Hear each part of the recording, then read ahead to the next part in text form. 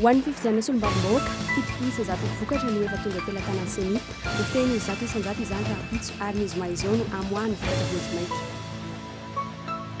Tsy mandahy ny anome alalana ho an'ireo mikasanao hetsika hamono vahoaka ny prefekturan'ny polisy saingy tsy maintsy andinika lalina vao andray fanapakevitra mandreo nanjara-misy ianan'ny firenena ankehitriny hatreto tsy mbola narefangatany izy ireo. Tsy ny sigara ihany no miakabidy hatramin'ny krismasy teo niakatra 400 ny vidin'ny kapoaka ny parakosika tao anatin'ny tapabolana efa lasa 700 ariary izany ny fivarotana paraky en vrac izay voararany lalàna saingy mamelona fianakaviana anetsany maro. Ozy alika miavaka mahavita mandeha ambony tady sady mahavita miazakazaka tongodroa 12 sekondra amin'ny alavirany telo-metatra mahery izay indray no zava-bita ao anatin'ny Guinness araina androany Nantsipriany Aretrano.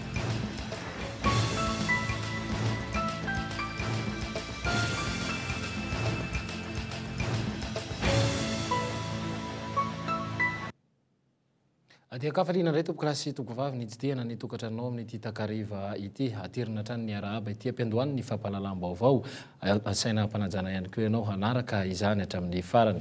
Ny tontolo politika avy hatrany hoentsika hanomboana ny fotoana amin'ity takariva ity ifandroitana ny valim-pifidianana manomboka verevitra indray ny olo-pirenena ny mpanara-baovao dia sanatria ve isy ny korontana indray eto amin'ny firenena ka mitombo ny fanitrany ny vahoaka malagasy tsy mandady arina. Tsy misy ny lalàna hafa azo ambano ny atao amboniny politika afahana mametraka firenena demokratika isiny ny mpitondra sy mpanohitra samy manana ny toerany fanadihadiana mahakasika izay ary. Hanao ahoana ny valalabe mandry fa ny mpanao politika reto manao toy ny valalan-karona mifanipaka toerana. Inona no hitranga? Inona no tian'ny mpanao politika anaovana an'ity firenena ity? Tsy misy ve amin'ireo kandida rola mba afaka mampiseho fahamatorana manoloana ny vahoaka malagasy? Hery Rajonary Mampianina toy ny efa anao izay azonana fotsiny fahefana satria efa mandresy amin'ny ampahany. Robinson Jean-Louis ihany koa tsy manaiky fa mikaroka hevitra handrombana ny fahefana ka hita fa rehefa naresy dia nangina fa rehefa resy dia mitabataba. Hatreto aloha izany raha ny heverina fa ametraka ny rafim-panjakana ahitana ady hevitra marina sy fifanajan'ny mpitondra sy ny mpanohitra ny fifidianana farany teo dia nandisy fanantenana izany.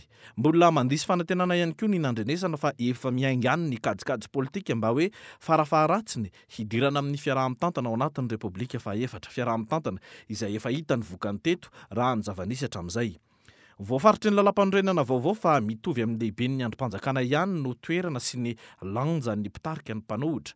Voalaza ao ihany koa fa mpikambana avy hatrany na membre d'office ao amin'ny anteny miram-pirenena ny mpitarika ny antoko-mpanohitra izany hoe misy hatrany ny toerana ho an'izay kandidat tsy lany eo hitondrana ny anjara birikiny amin'ny fampandrosoana ny firenena.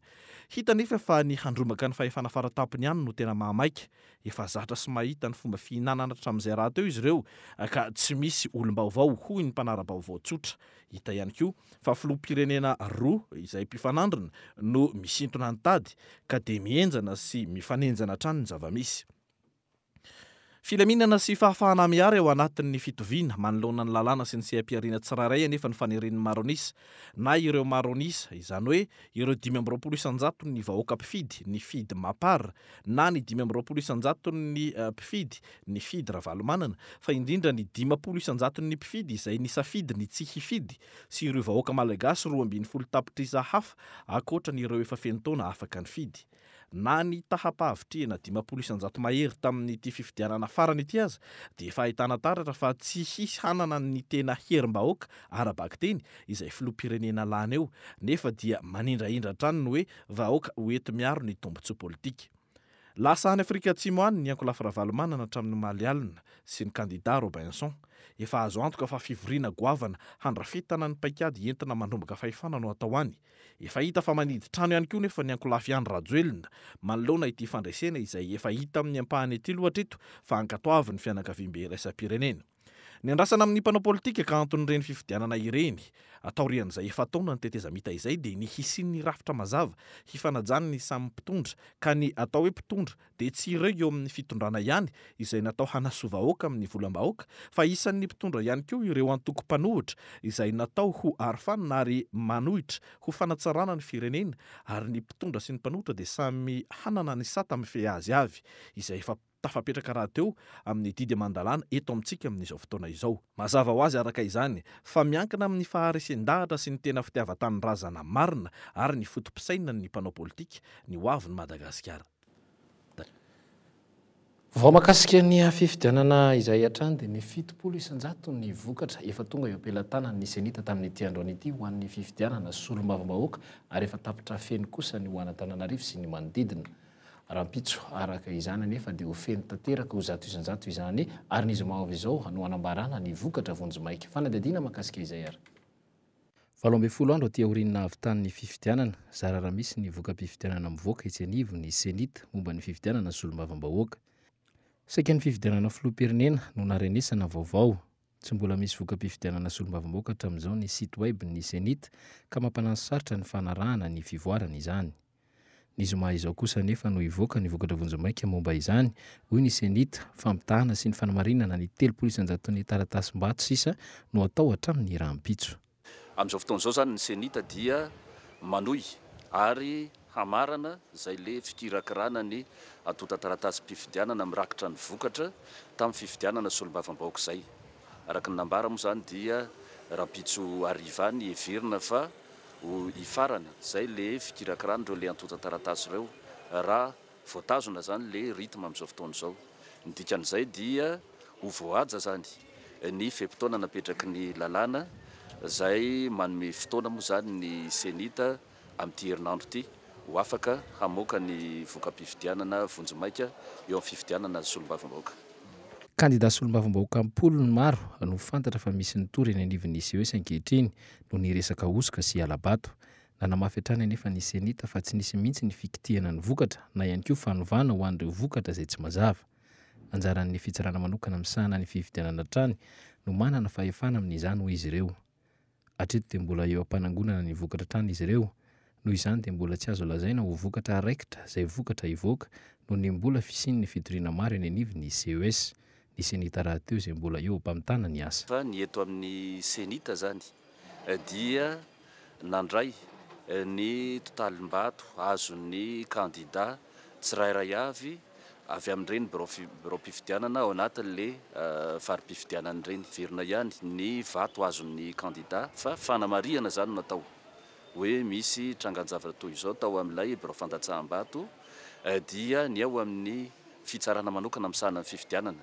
Izy zany amin'ny mahafitsarana azy no afaka mandray fepetra mifanaraka amin'izay zava-misy eo. Dia izany aza dia efa mamaraparina ny asa ny senita amin'izao fotoana izao. Ireo vokatra izay mila famitahana mba tsy hisiany ny adisoana no anisany nijeren'izy ireo ihany koa. Andrasana hatramin'ny fiandohan'ny volana febroary ny voka-pifidianana ofisialy ary amin'ny tapaky ny volana febroary any ho any ny tombana ho fantatra ny Prime Ministre izay tsy maintsy ho avy amin'ny anarana tolotry ny maro anisa eo anivon'ny antenimieram-pirenena. Makasika izay fifidianana izay hatrany dia ankoatran'ny eto an-toerana mitady lalana eo amin'ny sehatra iraisam-pirenena ahafahany manozongozana ny voka-pifidianana vonjy-maika any am-pomba ny ankolafy Ravalomanana. Hitondra ny pirofo eo amin'ny fianakaviam-be iraisam-pirenena no nandehana Andry Roland Ravatomanga, Jean-Louis Robinson ary Brian Curine aty Afrika Atsimo raha ny fanazavana nomeniny avy amin'ny ankolafy Ravalomanana. Etsakelan'izay dia efa manomana ihany koa any avy eo anivon'ny toko avana amin'izay mety ho vokatra ity fiaonana aty Afrika Atsimo ity. Fanadihadiana makasika izay ary.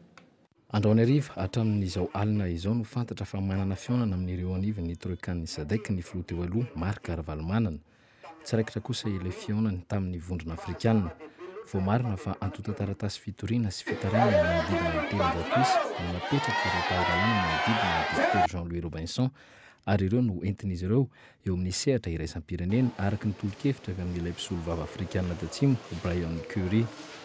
Isan'ireo lasa any Afrika Atsimo ihany koa ny BV na ihany koa ny firaketana tsoratra nandritra ny fifidianana no antondian'ny délégation any an-toerana. Zany satria ny senita ny laza fa tsy afaka manova na inona na misy tsy mety ary anatin'le PV izay nataony zareo dia adidinay zany no mampahafantatra ny fianakaviam-be iraisam-pirenena, mampahafantatra ny SADC, ny Union africaine, ny Union européenne ary ny firenena tsirairay avy izay namatsy vola ny senita hoe zao ny zavatra miseho marina teto Madagasikara. Eto mantsy tiako tsindriana kely ny tianao itenenina amin'le hoe safidim-bahoaka dia na olona tsy mifidy anay ary fa ny famarinana fotsiny angatanay ivoaka. Azo rariny ve ireto olona Ravalomanana marika ireto? Mazava aloha fa tsy mbola hafa miala amin'ity filoha teo aloha ity ny Dr Jean-Louis Robinson amin'ny fanaovana politika. i Marikaravalmanana izay tenany mihitsy no mitarika ireo délégationna ireo fa no manana kianja ilalaovana ve ity fihetsiky ny Ankola-Valmanana ity raha sanatria ka tsy araka ny eritreretin'izy ireo ny voka-pifidianana avoakan'ny CES dia aloha ny 7 ny volana janoary avy izao. Nanterin'izy ireo fa tsy nanaiky ny ampitana ny vokatra ny Zénith. Tetsakilan'izay na dia nambara aza fa fitokonana tsy hijanona ny etsy amin'ny Magaroa dia tsy dia nisy loatra ny zava-baovao androany teny an-toerana. Mahakasika izay resaka eto amin'ny firenena izay indrindra moa eo amin'izay faharenisana fa isy ny famorim-bahoaka izay raha ny fantatra sy raha ny fanadadiana natao teo anivy ny prefektura ny polisy eto Antananarivo renivohitra dia mbola tsy nisy aloha izay fangatahana toerana amin'ny anatanterahana fihetsiketsehana izay raha ny fanazavana izay azo tamin'ity androany ity raha nambaran'ny prefektura ny polisy dia mbola misy hatrany ny fanadadiana vao afaka manome alalana izy ireo fanampanazavana. Hatramin'izao aloha mbola tsy misy fangatahana anao famorim-bahoaka amin'io le hoe fihetsiketsehana fanoherana ny fifidianana io hatramin'izao ny eto prefecture. Raha misy moa zany dia jerena le izy. Ny lalàna dia milaza hoe tsy maintsy azo ondalana ny fanaovana famorim-bahoaka. Zahay ato prefecture zany dia mijery atao hoe zany ohatran'ny hoe manao instruction le fangatahana dia jerena hoe mety anohitohina na tsy ny filaminam-bahoaka ve le hetsika ao atao. Inona ny tena ho ataon'izareo raha ohatra ka misy zany fangatahana zany. Dia rehefa hita fa mety teraka korotana dia manome taratasy milaza fandavana ny ato prefecture hoe mety betabe ny olona ohatra hitondra basy ve sa ohatran'izany tsy fantatra. Mety manarama olona ve izy dia fa tena tonga dia anao torabato fotsiny le olona ohatran'izany tsy fantatra fa mety zavatra ohatran'izany zany efa mety fatapatatra imeloha hoe anao fanakorontanana le olona fa tsy aneo hevitra malalaka fotsiny. Afa efa mikendry ihany koa ny fiakarana grady ireo tompon'andraikitra sy manamboninahitra eo anivo ny tafika amin'izao fotoana izao taona vaovao araka ny loharam-baovao dia maro no efa mandehany ankehitriny ny fanindiniana ny antota taratasy ny ireo manamboninahitra miaramila sy zandary ary polisy iakatra jeneraly amin'ity taona ity. Mety ho amin'ny zoma ho avy izao na ny filan-kevitry minisitra Tao Rampitso no andiniana an'izany. Isan'ny mahabe resaka eo anivo ny Foloalinda ny fampiakarana grady ho an'ny manamboninahitra kolonely maromaro eo anivo ny zandarmarim-pirenena ka isan'izany ny manamboninahitra kolonely iray fatabahoaka avy amin'ny andiany laha 18 izany zany hoe andiany 7 voalaza fa ny zava-bitany ity kolonely ny zandarmarim-pirenena ity nandritra ny fitondrana tetezamita no mety ho antony akaran'ny jeneraly. Miteraka romoromo eo amin'ny andiany indray mihira no ireo manamboninahitra avy amin'ny andiany 7 ka hatramin'ny 7 izay mbola maro no kolonely na lieutenant kolonely ihany koa mety amin'ny zoma ho avy izao moa no fantatra ny antsipiriany mahakasika izay. Fa mahakasika kosa indray ny fanadadiana amin'izao fotoana izao indrindra eo amin'ny resaka fanotofana tany dia nentina tamina omaly tato anatin'ny fampahalalam-baovao famorongatra ny fanotofana tany tsy ara-dalàna ary toa mahingina ny fitondram-panjakana foibe amin'ity raharaha ity. Misy ny mahasaina mahaly ankitsirano ireo mpanao remblayage ary rehefa tratra ny tompon'andraikitra ny commune mampanasaritra ny asa fanaraha-maso atao ny tompon'andraikitra eo amin'ny commune ireo izay tsy manara-dalàna. Gaëtan Andriatsilava. Mitombo isan-kehitriny ny tany voatototra eny amin'ny faritra manomorona ny bypass sy ny amin'ny faritra maro eto an-drenivohitra. Maro raha teo ireo manao amboletra manao fanorenana amin'izy ireny dia jerem-potsiny avy eo. Tsy izy rehetra eny anefa no ara-dalàna indrindra ho an'ireo ampahany aty amin'ny faritry ny kominina Antananarivo renivohitra. Misy amin'ireo tsy manara-dalàna sa mitsipaka ny fandrarana ataon'ny tompon'andraikitra. Dia manahirana be satria mampiasa an'izay hetsika rehetra azony ataon'ireo olona tsy mpanara-dalàna misy hatramin'ny hoe fandrahonana n'ilay olona manao an'le fanenjehana n'le fanotofana ary izay zany no azo resahana mikasika an'le rambole. Zavatra hita ary tsy sasatry manenjika le tompon'andraikitra rehetrarehetra ny vice primature amin'ny aménagement du territoire ny commune ny apipa izay tompon'andraikitra voalohany momba ny resaka tondra-drano izay mety iseho a vokatry ny rambole tsy manaraka an'izay tokony fepetra teknika rehetrarehetra mipanaovana azy. Manapirofo io tranga io fa resaky ny mahitahita ity fanotofana tany eto an-drenivohitra ity ka milaza ho manam-pahefana ny ankamaroany manao azy ireny. Raha ny resaka ny fanaovana tamin'ity tompon'andraikitra ity tokony sokatra aorian'ny volana avrily na rehefa tapitra ny tetezamita ny fanomezan-dalana anaovana ramblay azy tsy ho an'ny kominina Antananarivo renivohitra ihany fa ho an'ireo kominina manodidina ihany koa. Tsy ny fanotorana irery no mila fahazon-dalana avy amin'ny tompon'andraikitra, eo ihany koa ny fanorenana mampidi-doza, fanorenana izay araha-maso manokana amin'izao vanim-potoan'ny orana izao. Na fanorenana koa ary na atao hoe construction illicite dia tsy maintsy atao ny fampitandremana hoe ajanony ny zavatra tsy ara-dalàna ataonareo dia mandeha ny ataoko hoe dingana isan-karazany na atao hoe procédure rehefa vita le fampitandremana izay dia raha mbola mitohila izy dia miakatra hatrany amin'ny hoe fitsarana fitorian'ny commune zay olona tsy manara-dalàna mikasika ny hoe fanorenana na rambole fa ny fepetra raisina izay erahan'ny apipahany commune ny vice primature en charge ny aménagement du territoire dia ny hoe atao forera ilay camion mitatitra n'le ranontany anaovana n'le rambole resahana. Araka ny taray-marika avy amin'ny mpamonjy voina, manodidina ny 30 eo ireo trano izay efa nandefasan'izy ireo fampahafantarana fa tsy tokony hipetrahana intsony ato an-drenivohitra. Isan'ny mila mitandrina ihany koa amin'izao vanim-potoan'ny orana izao ireo manorina trano manakaiky an'ireny toerana avy ny totofana amoron-drano sy tanimbary ireny. Makasika ny vaovao sosialy kosa no entsika no izana ny fampahalalam-baovao amin'ny takariva ity adila ny fety any amin'ny legioma sy ny anana no irona ny mpiantsena ankehitriny. Leo menaka nandritra ny fety ary koa lany volany ankamaroany ny ponina fa varatra ny andro vitsy ny kisoa avy any amin'ny faritra tonga eto an-drenivohitra vitsaraka izany ihany koa ny henan-kisoa amidy eny amin'ny mpivarotra mandeha kosa nefa ny tsena ny anana rano fanadihadiana nataony Gaetan Andriatsilavo. Hatramin'ireo janoary maro ny mpiantsena no sahirana mitady henan-kisoa eny amin'ireo tsenam-bahoaka eto an-drenivohitra.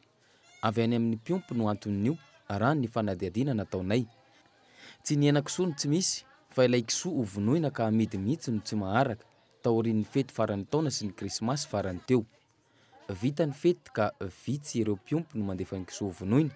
Etsekilan'izay ihany koa nefa tsy tafiakatra ty an-drenivohitra ihany koa ireo mpitondra kisoa mamatsy ny tanan-dehibe noho ny rotsakorona sy ny fiantraikan'izany amin'ny lalana. Fa amin'ny volana janvier sy février raha betsaka ny orana dia tsisy mihitsy ny kisoa satria amin'izao. Ny kisoa nge misy ambanivohitra fa tsy tafiakatra.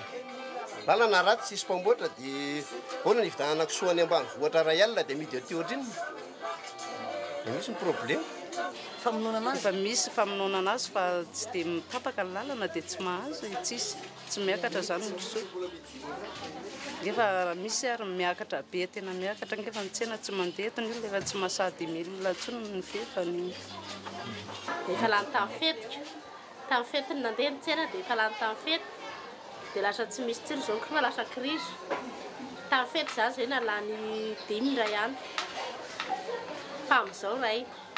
Fianaran-tsoa miandry vazo Ankazobe isan'ny faritra mpamatsy kisoa Antananarivo renivohitra ireo. Efa ho efatr'andro izao mihiratra ny tsenan'ireo mpivarotra legioma. Ireo fanao lasopy sy anana no ironan'ny mpiantsena amin'izao fotoana izao. Na izany aza mbola mitaraina ho tsy mahalafo ireo mpivarotra. Resaka anana zao mandeha satria izay zao no fahefan'ny vidin'olona zao ny anana no tena ahafahany zao fa hita hoe sahirana ihany ny olona aloha amin'izao. Tsy dia misy hoe inona ny tena mandeha fa mitovitovy eo daholo samy makamaka angalan'olona kelikely fa tsisy mandeha mihitsy zany zao. Fanaovana lasopy dia karoty dia ovy fa voatabia sy concombre tsy dia mandeha fa mitsaingotsaingoka fotsiny elo. Hoatsinjara za dia manaonao fournisera manaonao an'le anina reny le manao an'le livraison domicile mandeha restaurant ohatr'izany fa raha tsy izany nga efa ela be tsy mivarotra tsy. Ity ny tena mandeha dia ity sakay ity dia voatabia sy tongolo dia reto fanaovana lasopy chinoise reto. Mahatonga anazy le analan'olona rafa fety dia atao tsotsotra zany ny sakafo atao. Atao le macaroni, pâte jaune anao fangarony amin'ny tongolo maintso ity dia ny sakay dia ny voatabia ataony amin'ny laoka sy anaovana lasary kely. Fa ny concombre tsy dia mandeha intsony ireo décoration ireo tsy dia mandeha firy intsony. Na izany aza hita taratra ny fahasahiranany tokantrano lany vola rehefa volana janoary tahaka izao. Fotoana izay mahamorany legioma noho ireo vokatra tsy azo tehirizina ela noho ny amandoana sy ny rotsakorana ka mila miodina aingana. Arakaraka ny entana amidy ny vola ahodin'ny mpivarotra legioma. Miainga amin'ny R2 izany ho an'ity tsena iray eto Talatamaty ity. Afao fitsindrovana ireo mponina amin'ny toerana tsy mbola misy jiro nefa anjakany ny tsy fandriampahalemana no nanaovana sony ny fiara-miasa eo amin'ny firenena sinoa sy malagasy amin'ny lafiny fametahana ny jiro mandeha amin'ny herin'ny masoandro. Fifanaraha-piara-miasa izay efa vita sony ny volana janoary tamin'ny taona 2024 saingy ny volana desambra teo avy nanomboka ny asa tamin'izany ary everina ho vita ao anatin'ny 3 volana ny asa fanamboarana sy ny fanaraha-maso mifandraika amin'izany. Fanampanazavana ary. Izy daholo zany zavatra zany. Ankehitriny eo amin'io rahantsika mahita ery Andotapenaka miazo an'ity lalana makaty amin'ny tetezana Nosy Zato. Eto amin'ny tanàn'Antananarivo zany ahitana jiro mandeha amin'ny herin'ny masoandro 700. Mielanelana eo amin'ny 520 metatra eo zany izy ireo. Dia misy ihany koa zany eo anatin'izay fifanarahana zay niaraka tamin'ny firenena Sinoa sy ny firenena Malagasy any amin'ny tanànan'ny Tomasina any Manoro any izay dia misy ihany koa eny amin'ny commune Pitatafika eny Fenorivo. Ka ho antsika eto amin'ny tanàn'Antananarivo moa zany no iresahana ary zava-dehibe zany ho an'ny mponina, ho an'ny asin'ny tanàna, ho an'ny mponina satria zany jiro mandeha amin'ny herin'ny masoandro raha antsika mahita eny toerana zao samy gaga daholo ny olona ary faly. Eo ara moa mametra-panontaniana hoe fa maninona no aty amin'ity faritra aty zany no asiana fa tsy any amin'ny faritra hoe any ampovoan-tanàna na fa io zany fanombohan-javatra io ary mino sy manantena fa mbola hitatra zany atsoatsy ary tsy vitany zany koa mino araky ny fahafantarako azy ankehitriny tsy hoe mianona amin'ny firenena Sinoa fotsiny manampy ny firenena Malagasy na ny eto amin'ny tanàn'Antananarivo fa mbola isy firenena hafa ihany koa zany ho avy ka isika anaterakirana. Vaovao makasika ny lafin'ny fampianarana tena fototry ny taom-pianarana iray manontolo ny 3 volana faharoa saingy fotoana izay poirany ny toetra ny mpianatra ihany koa ka isehony ny finamanana samihafa. Matetika dia ireo ankizy izay mitovy toetra sy mitovy fomba fanao no miaraka na izy ireny mahatsara ihany koa sy maharatsy ny voka-panadinana. Arindra-randriany manana. Mitovy toetra, mahay mifandray, mitovy fiakanjo sy gadikira. Ny fiandohan'ny 3 volana faharoa no matetika manomboka mifanantina ny mpiara-mianatra mitovitovy tady tokanga. Ho an'ny ankizilahy, saika ireo miara-miafina manao fihetsika hafa voararany an-tsekoly toy ny fifohana sigara ohatra no tena vetivety dia lasa mpinamana. Mipotra eny anelanelan'ny taom-pianarana etsy andaniny ireo toetra mampaditra an'ireo ankizy. Tabataba mandritra ny fotoam-pianarana, fialam-boly mahazatra mandritra ny fakana rivotra na koa mandany andro miresaka eny tokotany. Arak'izay amin'ny ankizy ao am-pianarana dia mitovitovy toetra dia izao mampatonga anay mpinamana. Ditriny ahoana ilay toetra nareo izay? Mifanampy fa tsy hoe samy mahay fa mifanampy amin'ny fianarana dia ohatr'izany. Ohatrany hoe misy samy misy tarika zany hoe misy hoe kolona be, misy hoe mipetrapetraka eo am-pianarana tsy dia miteny. Ohatr'izany mitovy. Dia ohatrany hoe samy ny ankizy samy misy zany ohatrany hoe manao karatra ny sasany ohatr'izany. Samy manana ny atao zany. Endry be daholo. Misy ny sasany endry dia misy ny sasany maditra. Fa tsy manakotana. Amanangamany eo amin'ny lafiny mety ilay filinina mitovy dia eo amin'ilay taona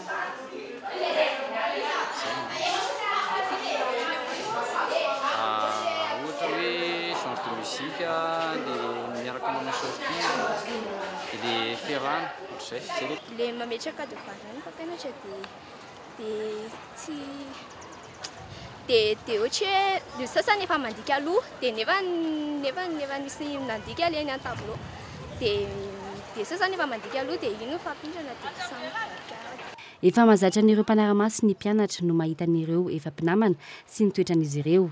Tsy miova ny fomban'ireo ankizy fa isa-taona ahitana an'ireo ditraditra mahazatra ny mpianatra hatr'izay. Hita foana ilay ankizy hiteny amin'ny fomba iarahany eny tokotany eny dia hita hoe reto zany mba namana miaraka tsara, reto zany ohatrany hoe tsy dia mazava, ohatrany araka amin'ny fihetsika hijerena azy eny dia hita. Izay zany. ao le ohatra hoe fokafoka sigara ny ambadika any ohatraohatran'izay miadiady kely amin'ny samy izy mpianatra rehefa misy le zavatra ohatran'izay rehefa enina izy dia tsy maintsy mandray andraikitra zany zay ho an'ny italian'ny sekoly indray ny filan-kevitry ny kilasy isaky ny fetim-boan'ny 3 volana hatrany no ahafahana mifampiresaka amin'ireo mpampianatra. Misy ireo kilasy izay tsy dia ahitana olana loatra dia ireo kely taona raha mita amin'ny hafa. Tavatava kely manakorotana moa indrindra hitany amin'ny ankizy kely ny seconde zao no manomboka ataony conseil dia efa hita izay hoe ankizy somary mitavatava kely fa ahitsy ny mpampianatra le izy. Dia misy ihany koa ny hoe tsy tonga tsy fahatongavana ny absence sélective dia mampiantso ray aman-dreny moa amin'ireny ahafantarana ny antony azy mba hanitsina ny lesazy. Isan'ny tranga matety-piseho ihany koa rehefa 3 volana faharoa tahaka izao ny mingidrika. Misy hatrany ireo mpianatra mifampitarika tsy hianatra. Tsikaritra fa mitombo ny fampiakarany iray aman-dreny an-tsekoly mandritra ny 3 volana faharoa izao. Ny sekolim-panjakana tahaka izao izay ahitana mpianatra voaroaka noho ny fitondran-tena ampolo nisa taona eo amin'ny ankapobeny. Vaovao eo amin'ny lafiny ara-kolontsaina indray dia Sarimena 20 ahitana tanàna fiainana andavanandro sy arena Boajanahary izay mbola tsy fahita firy no tazana etsy amin'ny lapana Analakely ary aritra hatramin'ny 10 ny volana Janoary ho avy izao ny hetsika. Tanàna manana ny kantony Madagasikara tahaka ny Chine feonan'ny kolontsaina roa sy fijery hafa no misongadina manomboka hatramin'ny 4 ny volana Janoary lasa teo. Narindra Radreny manana trano mitondra ny fanadihadiana. Ny sary an-trano no mampatsiahy ny malagasy ny tena makanto ny firenena misy azy. Sondrina ireo mpitsidika mandinika ny endrika ny tanàna maro eto Madagasikara. Simba ny fijeriny tsirairay eo amin'ny hatsaran'ny zavaboary amin'ny andavanandro iainany ka liana tanteraka amin'ny sary ao anatin'ny fampirantiana Belchine bo Madagasikara etsy amin'ny lapan'ny tanàna Analakely. Ahitany olona eto Madagasikara sy ny any Chine dia eto no nahitantsika hoe misy harena eto amintsika sy ny tanàna tsara ihany. Lianana amin'izy le jirany eto amintsika misy tanàna tsara ohatr'izany dia le tanàna mbola tsy nalehako dia tsy mahafinaritra na mijery an'izy. Tena tsy naposika hoe tsara tarehy be ohatr'izao le izy sady ahafantaranao zavatra maro zany na any Chine na eto Madagasikara izay tsy fahita mihitsy. Ny sary tena nentina manokana zao dia teo amin'ny Tsingy de Bemara dia teo amin'ny sarin'ny Chine le misy tamboho zay eo dia misy sary olona le tamboho zany le tenambohitra atao sary olona mantsiny. Ny exposition eto Madagasikara zany aloha dia tsara. Eto amin'izany zany masokana malagasy aloha voalohany indrindra eo amin'ny fangalana sary dia mankany izany koa ny vahiny zany tsy natangaza amin'izany dia ny karazany hita amin'izany mpampisongana zany mampiseho amin'ny malagasy antsika eo amin'ny kolontsaina ara-tsary zany. Mitety firenena roa ao anatin'ny fotoana fohy, kolontsaina roa no misongadina amin'ny toerana iray. Izay no mahafehy ny fampirantiana ankoatra ny fiarah-miasa matotra eo amin'ny ministeran'ny kolontsaina sy ny vaky eto Madagasikara, ny mahasovoan'ny République Chine ary ny fiadidinan'ny tanàna Antananarivo. Hevitra ara-tsary ohatra ny fiainana andavanandro, ny mponina zany na ihany koa ireo infrastructure misy eto Madagasikara zany tsy dia nisy loatra zany hoe inona no safidina atao tamin'ireo hevitra ara-tsary fa izay mba tsapa zany fa mety ampivoatra izay fiarahamonina misy eo amin'ny Malagasy sy ny Sinoa ary ny fivoarana zany fifandraisan'ny Madagasikara sy ny firenena Sinoa zay dia efa zay zany no tena ataoko hoe fepetra voalohany tsy maintsy niraisana tamin'ny safidy an'ireo sary ireo. Mampiroborobo ny tontolo voajanahary no tanjona ka 370 amin'ireo sary no ahitana ny kolontsaina malagasy, taratra amin'ny sary 700 ambiny kosa ny fiarahamonina sinoa. Sanganasan'ireo mpakasary matianina misy 570 no manjaka etsy amin'ny trano malalaky ny lapan'ny tanàna Analakely mandritra ny herinandro. Fa tsy mbola imbonan'ny mpamokatra sigara ny fiakaran'ny vidiny eny anivon'ny tsena hatramin'ity androany ity. Ho an'ireo mpamokatra sigara tsy voatery ny fiakaran'ny vidiny na dia maro aza no mikakaiky hatramin'ny alady farany teo fa niakatra ny vidin'ny sigara sasany. Manoloana ny vidy sigara izay nanomboka niakatra tamin'ny taona 2014 dia maro toerana trano mandavantaona ny fivarotana paragasy eny anivon'ny tsena lehibe manakaiky ny tantsaho an'eto andrenivohitra fanadihadiana.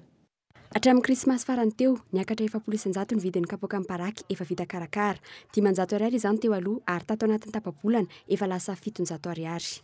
Tsy nietsika kosa ny vidin'ny atsinjarany 500 sy arizato ary 200 ariary saingy ny abetsany no ny ena. Eto amin'ity tsena lehibe ity avy amin'ny lafivalina Antananarivo renivohitra ny mpanjifa paraky.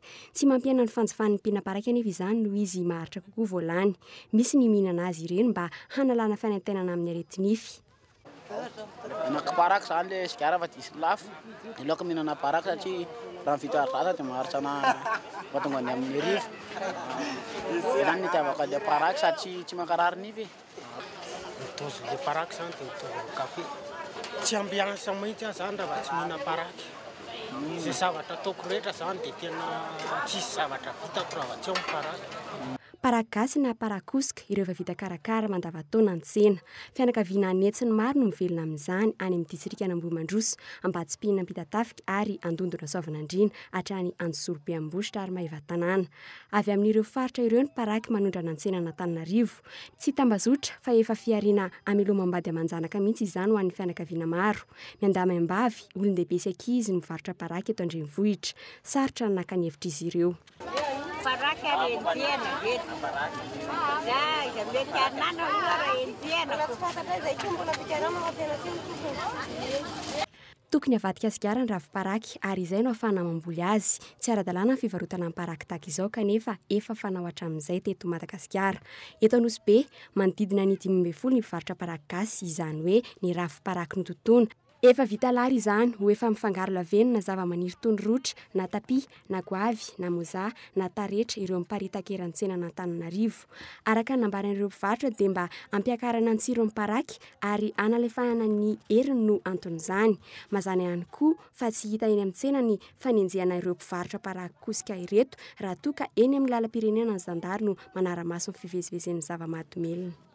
Vaovao eo amin'ny sehatra iraisam-pirenena zava-bita miavaka ny any Ozy no entina aminao anatin'ny Guinness de Record 420 sy 200 alika izay mahavita mandeha ambony tady toy ireny mpanao sirika ireny no sady mahavita mihazakazaka 12 sekondra amin'ny halavirana 3 metatra ihany koa fanadihadiana. Alika Britanika Ozy na ihany koa ihany kei ho andreo akaiky azy. James Brown ny tompony ary izy no mampivelatra ity alika ity. Miofana ny an'ala izy roa ireto isan'andro maka toerana mangingina lavitra ny tabataba. Fahaizana mandeha ambony tady ireny no mampiavaka ity alika ity. Mibaiko fotsiny ataon'ny James dia iny fa manaraka azy Ozy. Vao miakatra ny tanan'ny James dia miakatra torak'izay ihany koa ny losin'ny tanan'ny Ozy. Toy ny biby rehetra ihany dia nisangy sy miatsampy amin'ity tompony ity. 3 volana monja ny fanofanana mena azy dia izao mahavita mandeha ambony tady izao. Tsy izany ihany, 12.20 sekondra no anontany halavirany 3.10 metatra. Raha oharina amin'ny olombelona to sahirana ihany vao afaka mahavita toy ny vitan'ity alika ity ny olona iray. Ny hevitra fanaovana azy, manandrana eny ambony tetezana aloha, avy eo mandeha amin'ny sisiny lalam-by, izay vao mandeha ambony tady. Tafiditra ao anatin'ny tadidy amin'ny mahabiby azy ny fahaizana mandeha tahaka izao ka izany no ahafahany manantanteraka azy. Isan'ny voarakitra ao amin'ny Guinness Book taona 420 ny zava-bitan'ity alika ity. Raha eto amintsika dia hotsarainy manodidina ho tsy manan-katao raha ampianatra alika tahaka izao. Na izany azy, hita izao fa mety ho folaka ihany ny biby raha ity zava-misy ity anao fihetsika hafakely. Izany akory tsy midika hoe azo atao ny anandrana toy izao eny ambony tetezana mandro na hoe hibatan'ireo biby fiompy ao an-trano eny ambonin'ny tady fanazan-damba. Eo amin'izay vaovao amin'ny sehatra iraisam-pirenena izay hatrany taorian'ny fahavoazany ilay mpamily Formule 1 Michael Schumacher izay nanjery ary niditra hôpitaly vokatry ny fikorisana amin'ny ranomandry izany dia herinandro lasa iny izay dia fantatra indray izao fa niara-pahavoazana ihany koa ny lehiben'ny gouvernemanta allemand Angela Merkel. Mbola ity fikorisana amin'ny ranomandry ity ihany no fantatra fa nahavoa azy ary mbola tsabona amin'izao fotoana izao eny amin'ny hôpitaly ny tenany. Dia izay ihany koa no mamarina ny fampahalalam-baovao tamin'ity takariva ity tokolasy tokovavy. Isaorana ianao nanaraka izany hatramin'ny farany dia mametraka ny veloma mandrapitafa mandra-piona ho amin'ny rampitso indray.